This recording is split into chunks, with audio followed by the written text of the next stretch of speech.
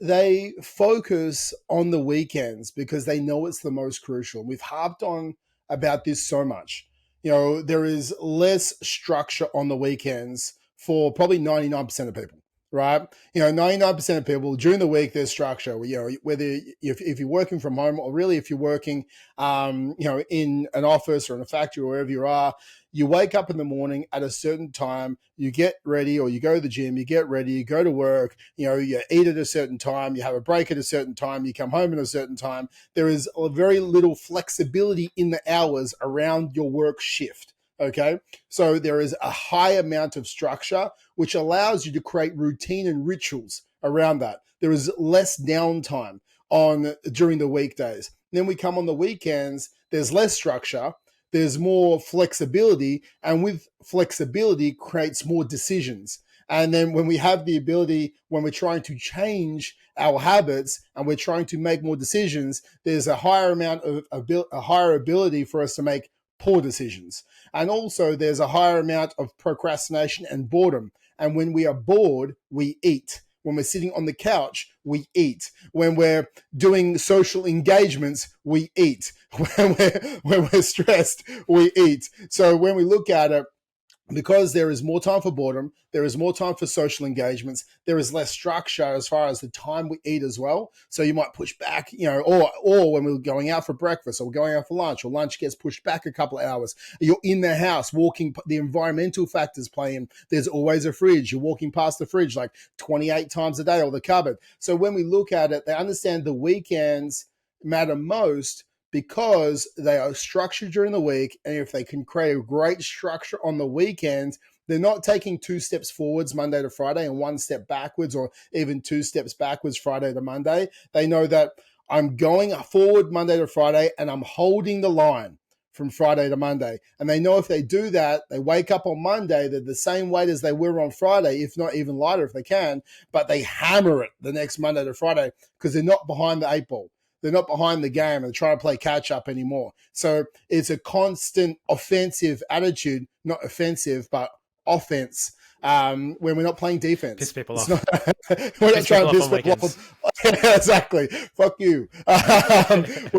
We're not trying to piss people off. We're just playing offense all the time, right? So we're not playing defense. It's not playing catch up. We structure out. Okay. They know that if I'm going out this weekend, when am I going out? Where am I going out? I pick what I'm going to eat before I go out. They've got this. They're playing offense. They've got this attitude. I know exactly what I'm doing. Okay, I know that I normally have lots of steps during the week at work. Okay, I know on my weekend I'm not getting as many steps in. How can I create that plan of attack to do some steps with the family to get it in? My training is a keystone habit. I really love to train, but I want to spend time with my family. What's a 10 to 20 minute workout I can do at home in the mornings before everyone wakes up so I can be on the ball and smash it out of the park? So they have this mentality where it's like, no, I fight through Friday and I dominate Saturday and I dominate Sunday, because when I wake up Monday, like I'm full steam ahead.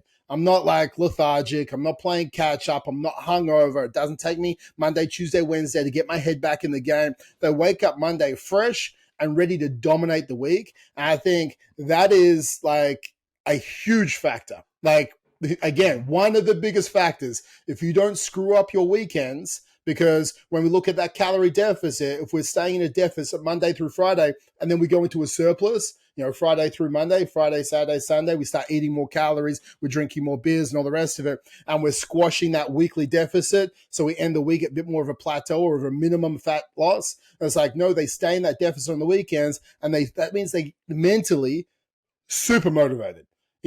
And like for them, they want to wake up Monday and they want to crush the week rather than feeling like, nah, I'll do it tonight. I feel a bit tired. I'm a bit hungover on Monday morning. And then it just starts the week off shit. Normally the tone we start the week is how the week progresses. So we want to start the week with this amazing tone where we're like, just want to crush it. And by dominating your weekends, That is how we do it. Yeah, a lot of people forget that your schedule either comes together by default or by design. And when you're in the middle of the week, you've already got structure inbuilt. So when you go to this lack of structure, you like don't assume that the best version of yourself is going to show up. They don't assume that the meal prep fairy is going to come along and I'm just going to have all these. I wish there was a fucking meal prep fairy. Screw the I tooth know. fairy, right? There's give me some ground beef and rice in my fridge for me, thank you. But Oh I'm no. the meal prep fairy. So if they don't think that that's just going to happen, they know that they've got to do something about it. And too many people struggle with the idea that I'll just make it up as I go along. They rely on, we've talked about this before, Trav's talked about this, reactive discipline as opposed to structural discipline. But that is more important on the weekends than it is on any other time. That's why they succeed.